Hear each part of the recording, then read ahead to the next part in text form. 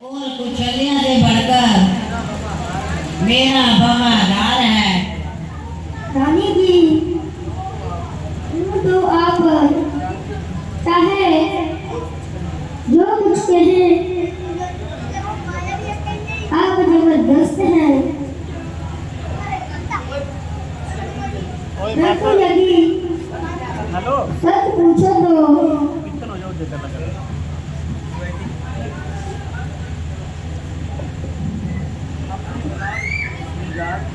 अपने श्रृंगार श्रृंगार है, श्रृंगार में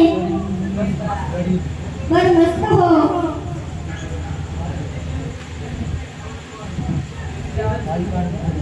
केवल शरीर की ही देखभाल है।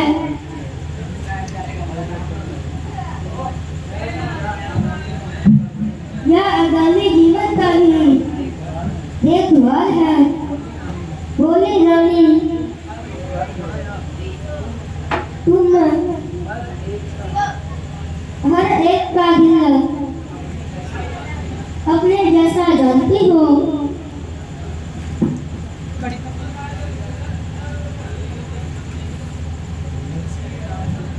इसलिए रामचंद्र को अपना वफादार बनती हो। मगर यह तो सोचना होता कि जिस समय तक उसके पास क्या था, जो यार दिमाग तीन तो होने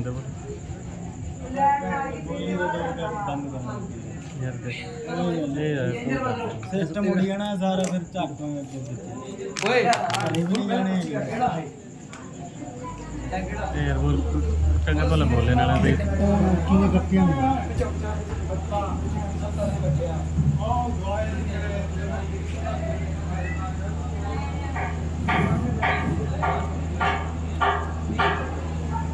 कंप्यूटर झटका लगता है दसी ਮੈਨੂੰ ਕਹਿਆ ਰਾ ਸਾਰਾ ਕੁਝ ਦੱਸਿਆ अच्छा था बोलो इंजन इसी प्रकार मना करी गाया है पहले ही नीचे दिखाता तीन किताब मेरा आज की रात है, बात है मतलब गाने में और उसको मैं तो थोड़ा सिस्टम राज नजर आने दे। फिर देखना बंद हुई है लाइट बंद करती है कैसे गुल खिलते हैं और दशरथ रहना फिर ही होना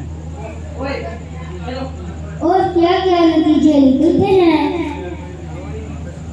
रोएगी पछताएगी, आज मरती रह जाएगी। यदि न्याय से देखा जाए तो मंत्रा का कहना बिल्कुल सही है। और मेरी सच्ची हमदर्द बस नहीं है। निसंदेह यदि रामचंद्र को राज तिलक मिल गया तो भरत तो अयोध्या से निकल गया। या तो दर दर की ठोकरें खाएगा या सारी उम्र रामचंद्र की गुलामी करेगा।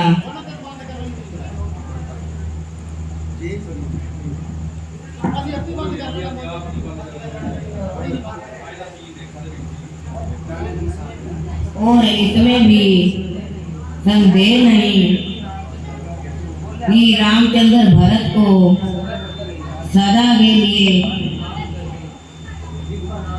गुमनाम कर दे और वैसे ही बेचारे का काम तमाम कर दे।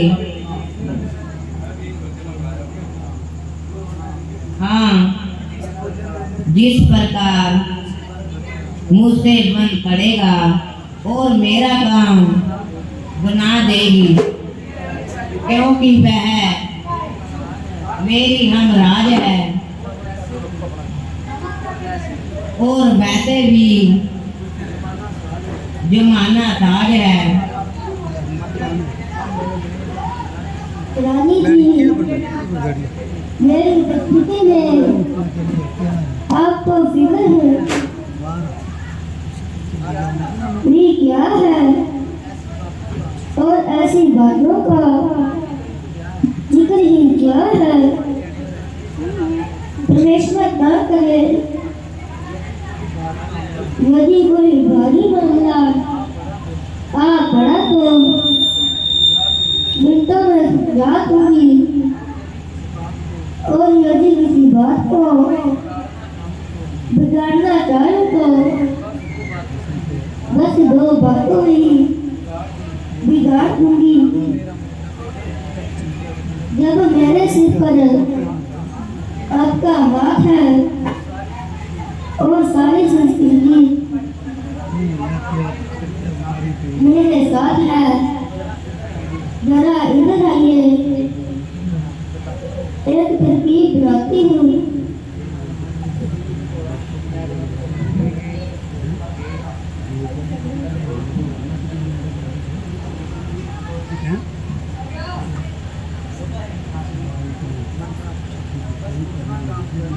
बस इतना काम कर लो,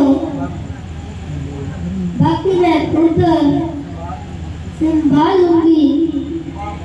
वाह वाह, खूब बताया और ऐन समय पर याद दिलाया।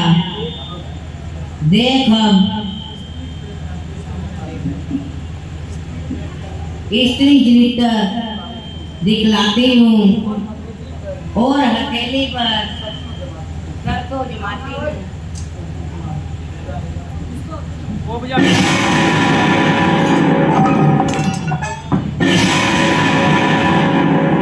मोमबत्ती बजाते वाला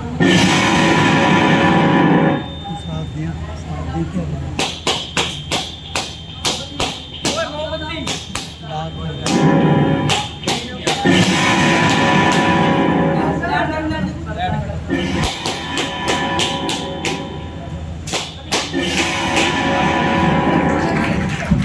कुछ मुंह से तो बोलो, किसने सताया, किसने दुखाया,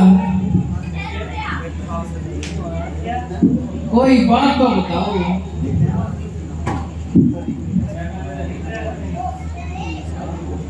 कुछ हाल तो सुनाओ, क्या तबीयत नासार हो गई या मुझसे नाराज हो गई? जरा बताओ किस बात पर मेरे से रंजीदा हो और इस कदर दिल कशीदा हो। मंथरा, तुझे कुछ हाल मालूम है कि आज रानी क्यों इस तरह गुमसुम है? सच सच बता कि क्या इस रात का है, वरना समझ ले तेरी गर्दन है और मेरी तलवार है। महाराज,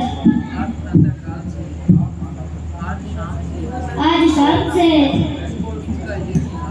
इसका यही हाल है। ना जाने तबीयत पर क्या बुलान है। मैंने हर वक्त बुलाया और अपना सारा जोर लगाया, मगर क्या मजाल, मगर कुछ भी मुंह से ना बोली ना आंख खोली। केवल एक बार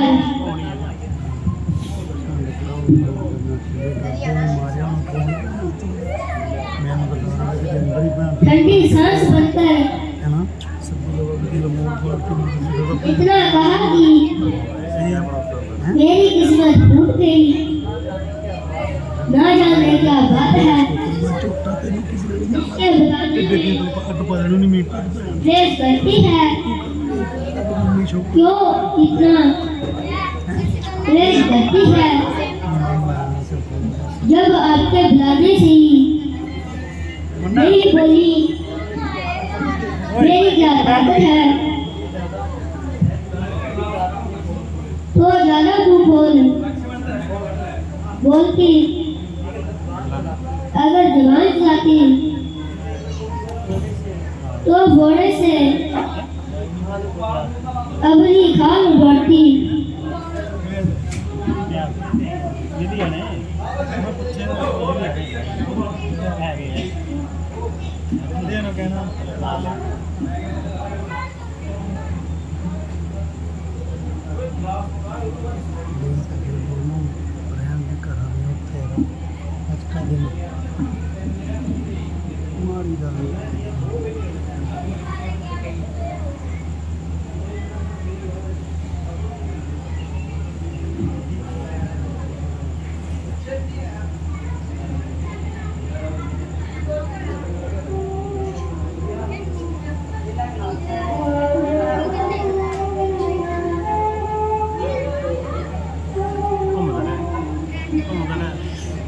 ਘੁੰਮਦਾ ਰਹਿਣਾ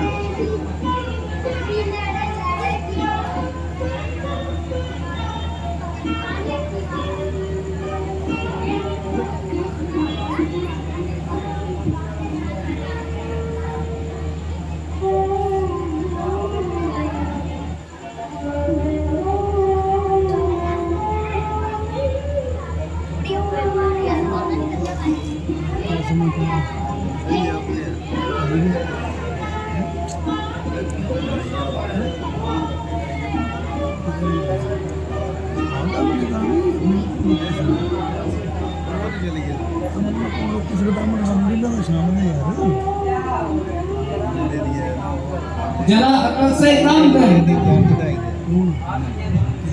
आज तेरे दिल में यह क्या वहम समा गया है जो बैठे बिठाए इस तरह बेवजह विचार दिल में आ गया है। जरा अपनी तबीयत को संभालो और ऐसी वाहियात बातें मुंह से न निकालो। मेरे लिए तो दोनों आंखें समान है, ना रामचंद्र कोई गैर है, ना भरत से कोई बैर है।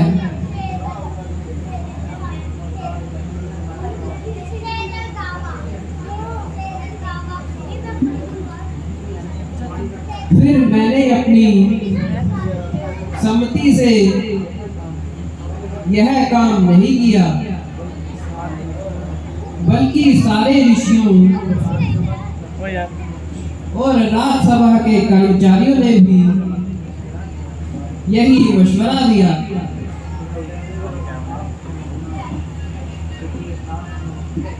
आप क्यों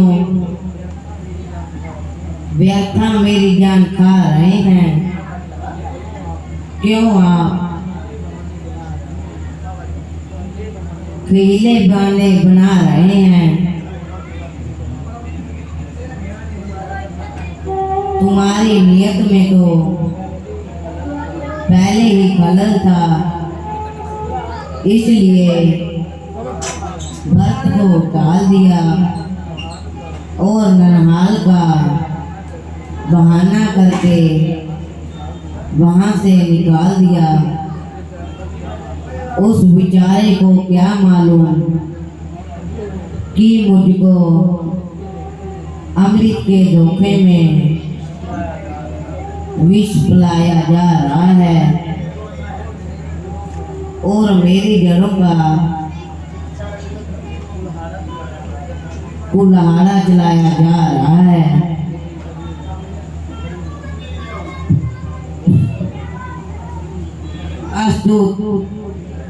मुझे इस बहस से सरकार नहीं,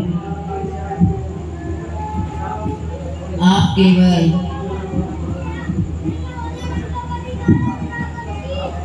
आप केवल इतना कह दीजिए कि मेरा तेरे साथ कोई कोल कराहर नहीं, वरना यदि अपनी जुबान का कुछ पास है तो भरत को राज तिलक और रामचंद्र को 14 वर्ष का वनवास है। दोनों में से जो पसंद हो मंजूर कीजिए और इस झगड़े को दूर कीजिए। ओ बेवफा, मैंने तुझसे इसीलिए कॉल करार किया था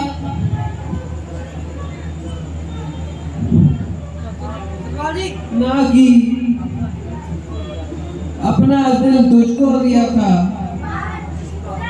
कि तू इसका नाजायज इस्तेमाल करे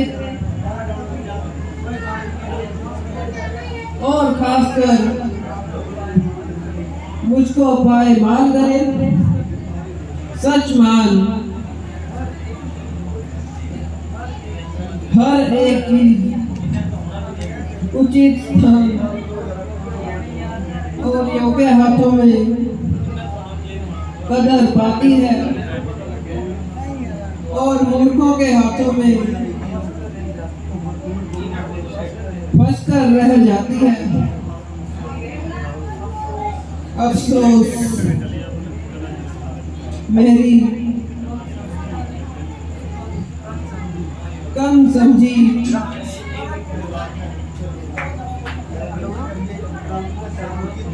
और सादापन से न सिर्फ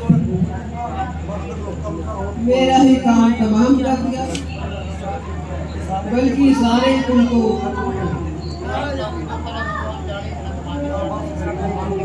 सदा के लिए गुमनाम कर दिया। ना बोलो, मेरा ना बोलो।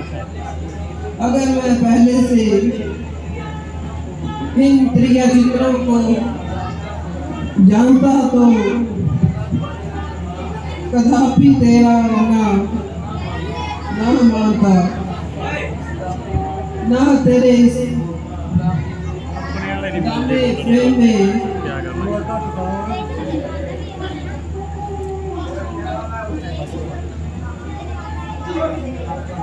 आता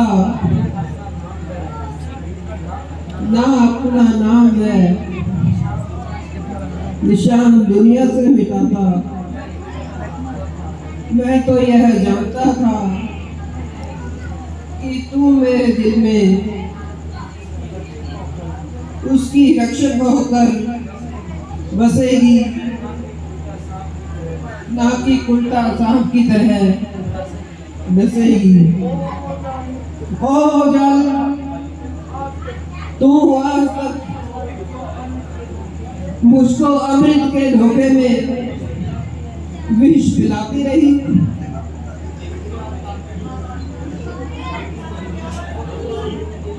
और इसी थी के लिए अपनी हयाली और मक्कारी के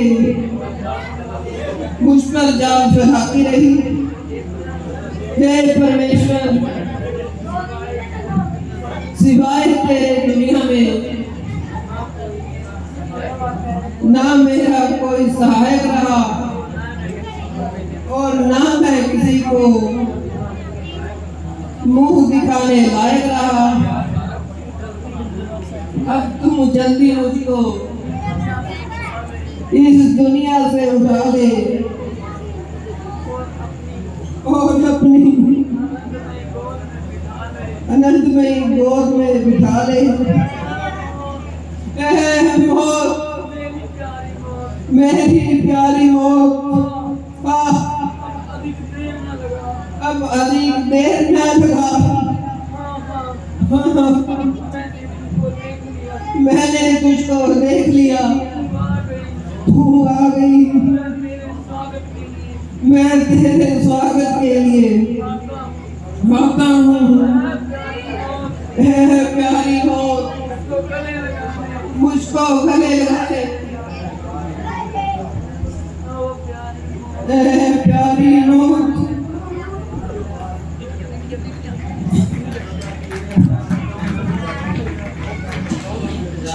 बहुत इंतजार है।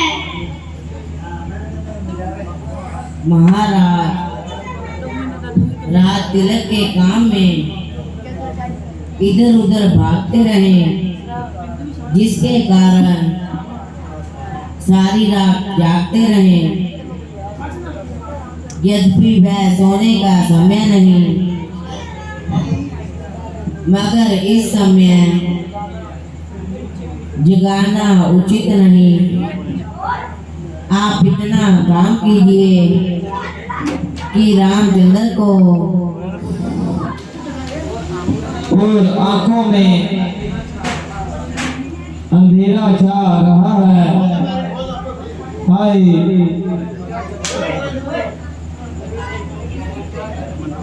यह क्या गजब हुआ।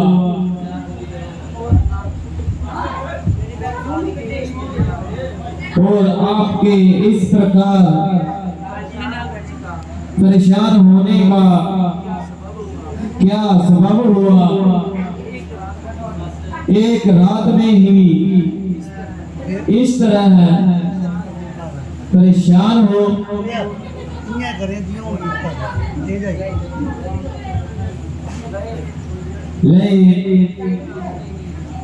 एक रात में ही इस कदर तब्दीली हो गई। आपके चेहरे की रंगत बिल्कुल पीली हो गई। आंखें बिल्कुल थरथरा रही हैं, अंदर धसी जा रही हैं। आखिर कोई वजह तो बताओ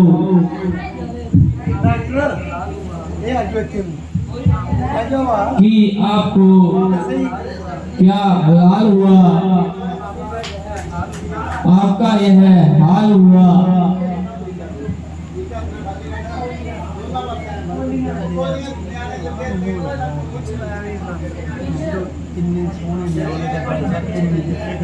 कुछ मिले तो रोग का पता मिले। माता जी अगर आपको कुछ मालूम है आप ही बताइए क्या बात है।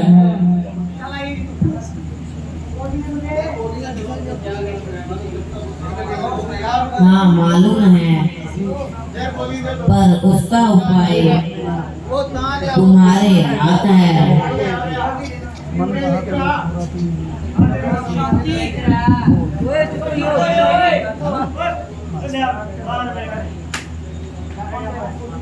माता जी जल्दी बताइए, खोल मेरा संदेह मिटाइए। बात तो मामूली है, अगर पूरी करो तो बताऊं, वरना क्यों बात सिर ठिकाऊं। माता जी आश्चर्य है कि आज आप किस तरह की बातें कर रहे हैं।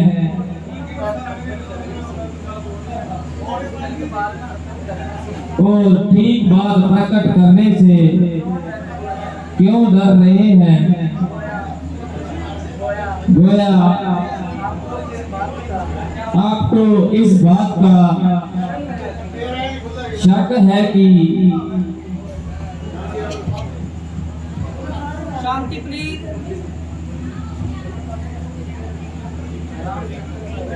रामचंद्र पर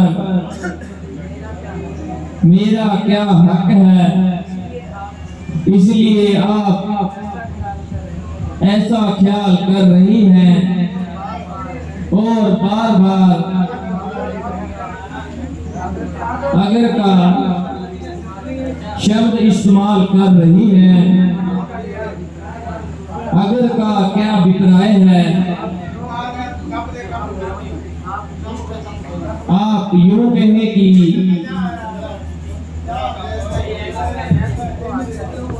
मैं तुझको आज्ञा देती हूँ। कितनी उधर रखो।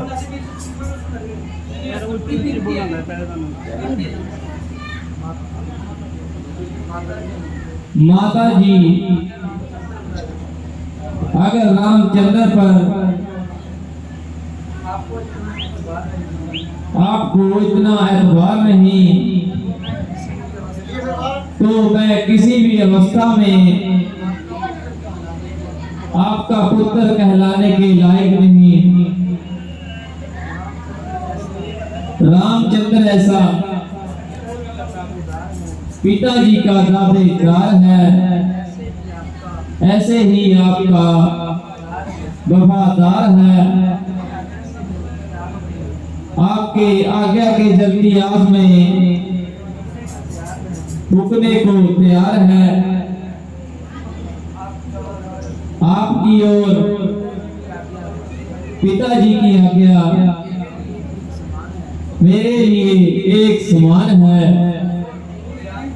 और मेरी जान पर हर समय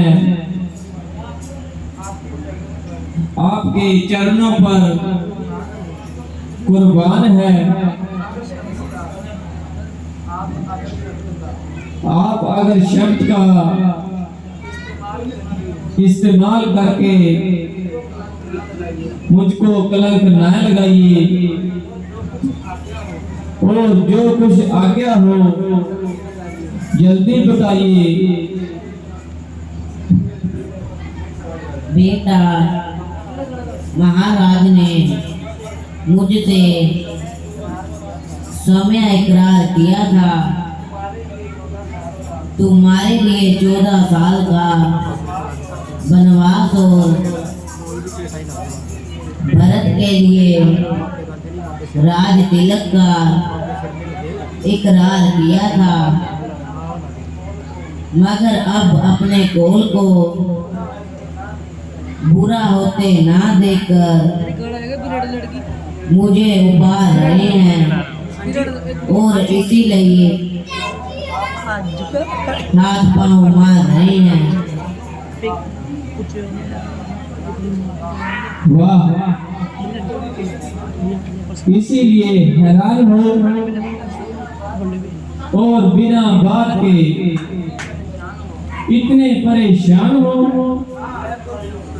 यह तो बिल्कुल मामूली सी बात है।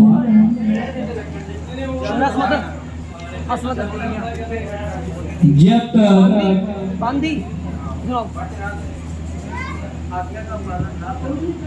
आज्ञा का पालन ना करूं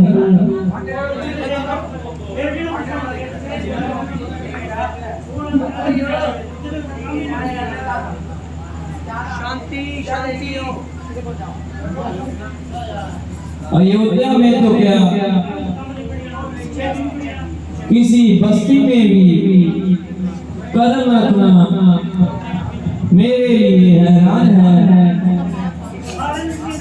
हाँ बेटा, बात तो कुछ भी नहीं। दिन गुजरते क्या देर लगती है। जब अनगिनत सदियां गुजर गई और 10 और 4 14 साल तो वही गुजर जाएंगे, आखिर यह घटेंगे ही, बढ़ने से तो रहे। भगवान भला करे, एक दिन तो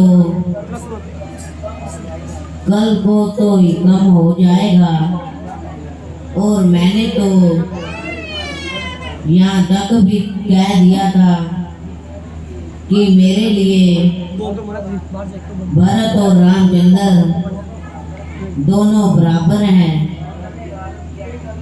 भरत ने राज किया तो क्या, और रामचंद्र ने किया तो क्या, मगर यह कहने लगे कि हमारे कुल की आन जाती है। माता जी, यह तो साधारण सी बात है। भगवान न करे यदि कोई कठिन कार्य आ पड़े तो रघुकुल की आन तब भी ज्ञान के साथ है। हाँ बेटा, बिल्कुल ठीक। मेरे लाल, अभी रवाना हो जाओ और अधिक देर ना लगाओ, क्योंकि तुम्हें देखकर महाराज को क्लेश होता है और उनका दुख और भी विशेष होता है।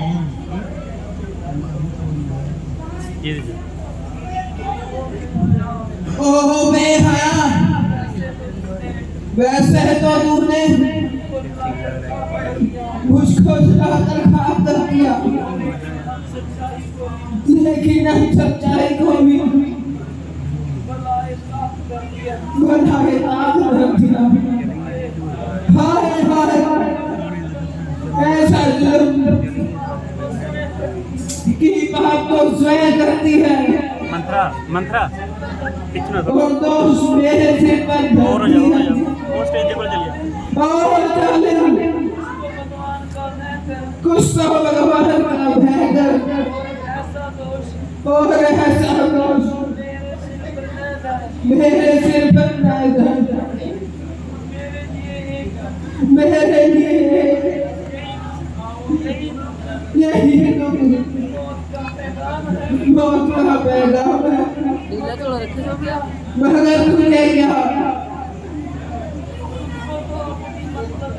तुझको तो अपनी मतलब करारी से काम है। हे परमेश्वर, मैंने ऐसा कौन सा कसूर किया जो आपने मुझको अपनी नजरों से दूर कर दिया। अब आज्ञा दीजिए। पिताजी प्रणाम, माताजी प्रणाम।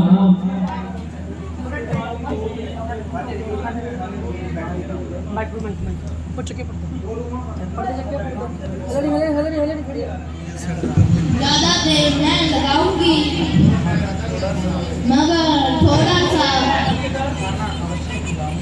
खाना अवश्य खिलाऊंगी, क्योंकि आज तुम्हें राज तिलक की शुभ रस्म होनी है, इसलिए वहाँ मेरे आहार खाली पेट जाना एक प्रकार की बेवकूफी है। माता जी, राज तिलक के लिए जो वचन निकलना था मैं निकल चुका और मुझको बजाय अयोध्या के जंगल का राज मिल गया। बेटा, यह कैसे अशुभ वचन मुंह से निकाल रहे हो और बिना बात के मेरी जान को चिंता में डाल रहे हो। माता जी, जो बात मैंने कही है वह बिल्कुल सही है। आखिर क्या मामला है, जरा मुझे तो बताओ और सारा बताओ मुझे सुनाओ।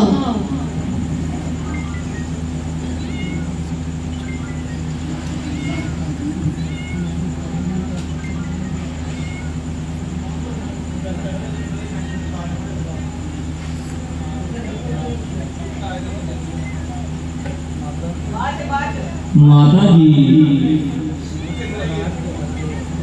मुझको राज के बदले फकीरी का हुक्म हो गया। भरत को राज तिलक और मुझे 14 वर्ष का वनवास हो गया। अब इस घर में खाना खाने का मुझे कोई हुक्म नहीं। मैं तो यहाँ आपकी आज्ञा लेने आया था। है बेटा, क्या मैंने तुझको इसीलिए ही पाला था?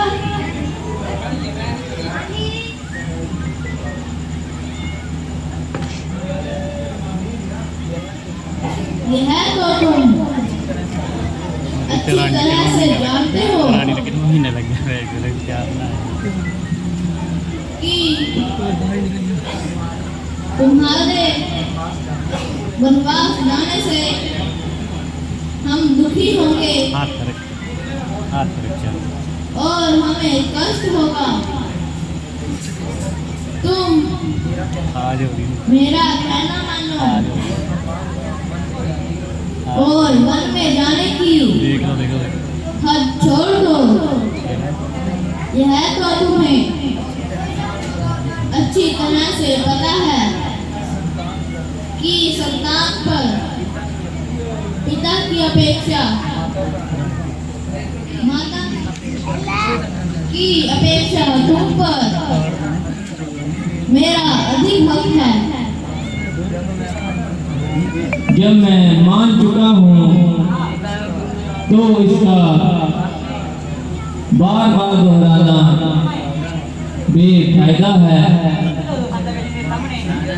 रोड़ा नहीं पाओगे मानी सैया दिल से अब आदमी दिल से ही नहीं बल्कि सच्चे दिल से। तो अब आ गए बाहों में।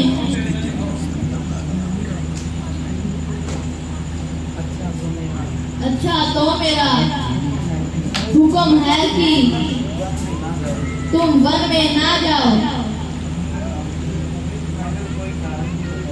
मगर कोई कारण भी बताओ। फिर वही अगर नगर का सवाल। माता जी, मैंने आपकी दिली मंशा को समझ लिया है, मगर यह आपका बिल्कुल ही उल्टा ख्याल है। वह किस तरह? पल की भी देरी न लगाऊंगा।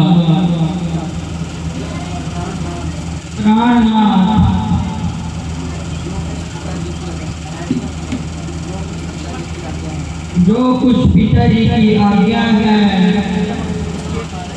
उसके बारे में मुझको ऐतराज नहीं और ना उनके काम में कोई दखल देने का मुझको मजाल है। वह हर तरह से मालिक हैं।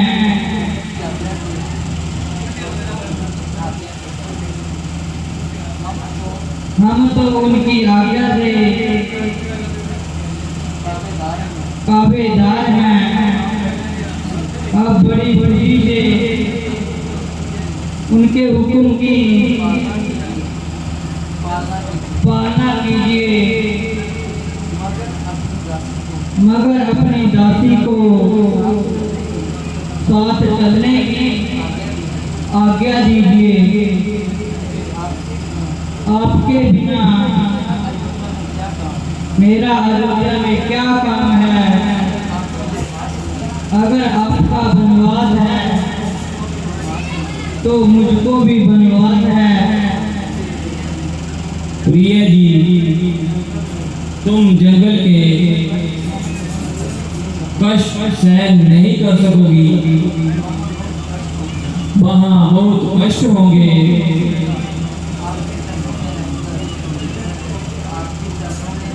आपके चरणों में रहकर मेरे सब दुख नष्ट हो जाएंगे।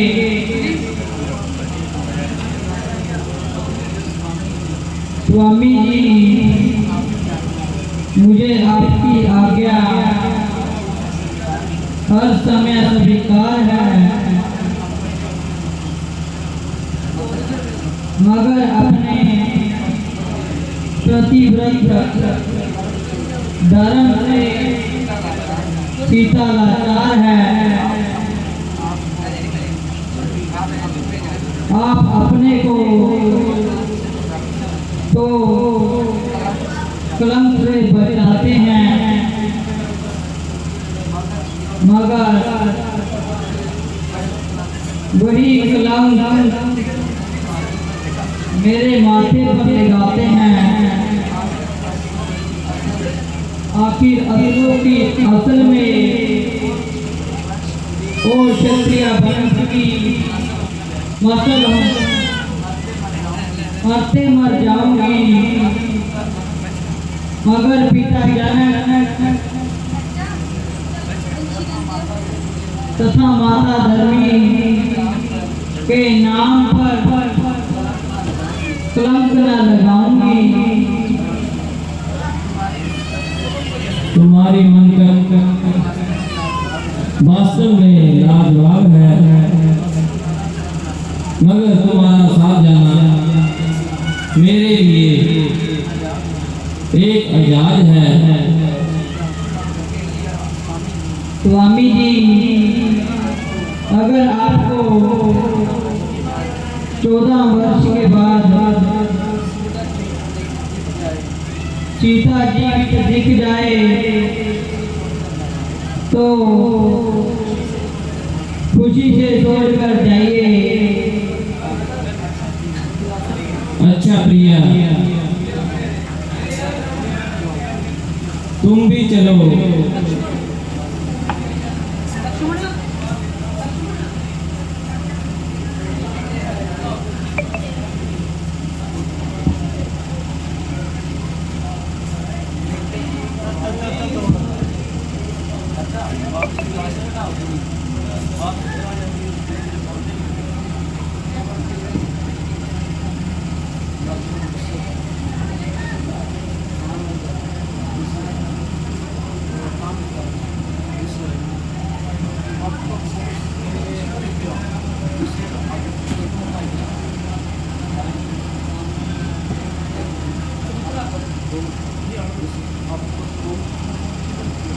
अब तक बहुत तूने जिक्र किया,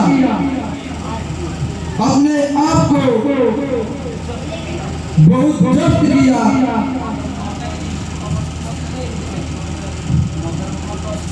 मगर माता जी की अवस्था देखकर सीना चट हो गया।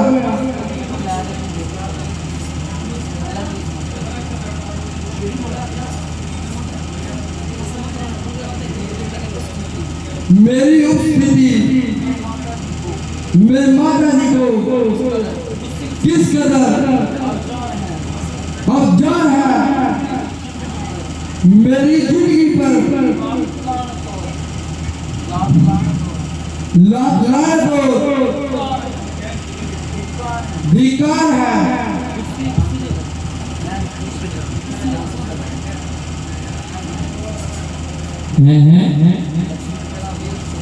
लक्ष्मण जरा होश करो।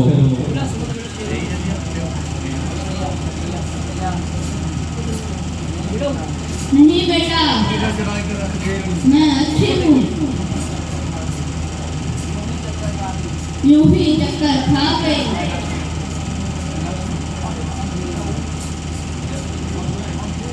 अजब अंधेर है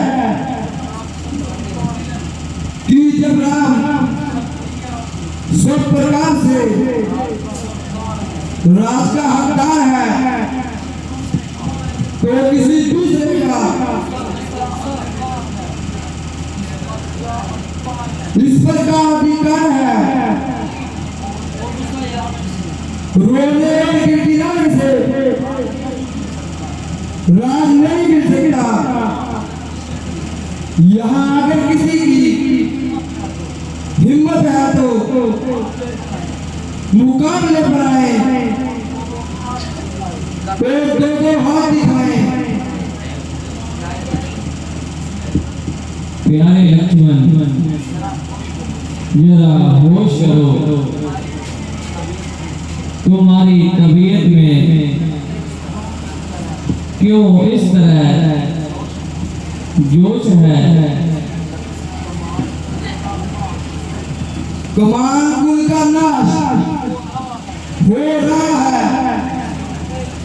जिसे देखकर मेरा कलेजा काश पाश हो रहा है।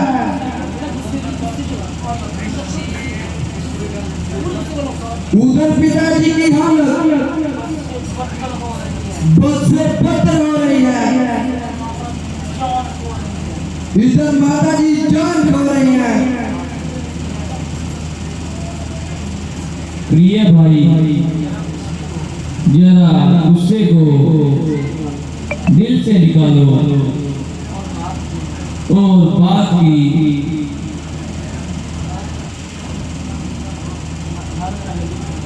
हर पहलू पर अच्छी तरह दृष्टि डालें। बहुत अच्छा। अगर रघुकुल की यही रस्म है तो अब अयोध्या में मेरे लिए रहना भी कसम है। जीते जी आपका साथ नहीं छोड़ सकता और किसी अवस्था में भी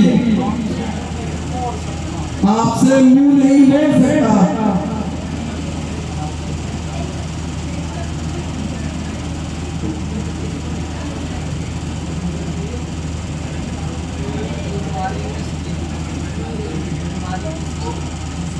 तुम्हारी इस जिद से सारा कुल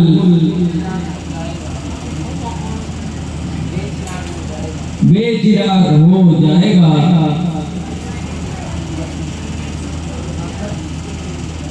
भ्राता जी, आपकी आज्ञा शिरोधार है, मगर अयोध्या में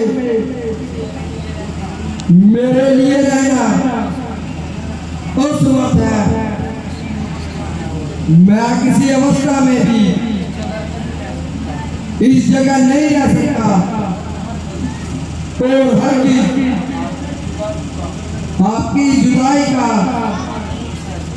सदमा नहीं सह सकता।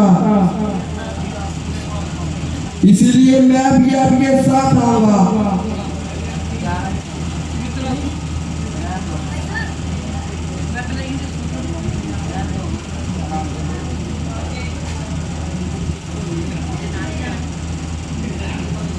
उचित तो यही था कि तुम यहीं ठहर जाते और आज कार्य में भरत का हाथ बढ़ाते, लेकिन तुमने चलने का इरादा कर लिया तो देर करना बेफायदा है।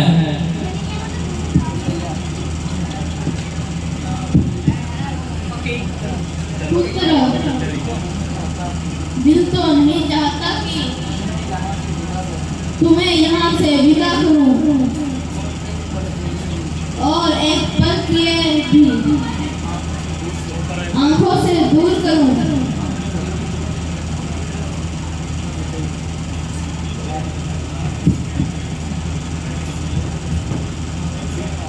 बेटा, यह बेटी वस्त्र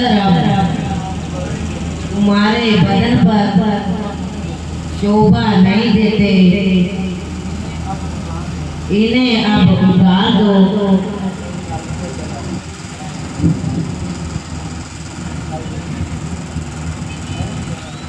और यह गेले वस्त्र पहनकर वन की राह लो। लाइए माता जी, आपका फरमाना बिल्कुल सही है। कहिए, और तो कोई कसर नहीं रही है।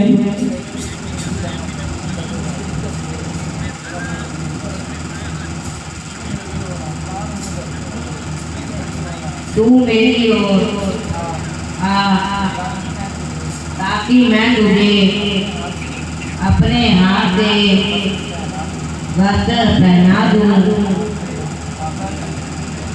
माता जी,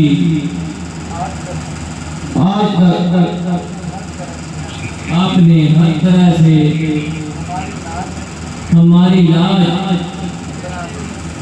बराबरी की और हद से ज्यादा खातरदारी की,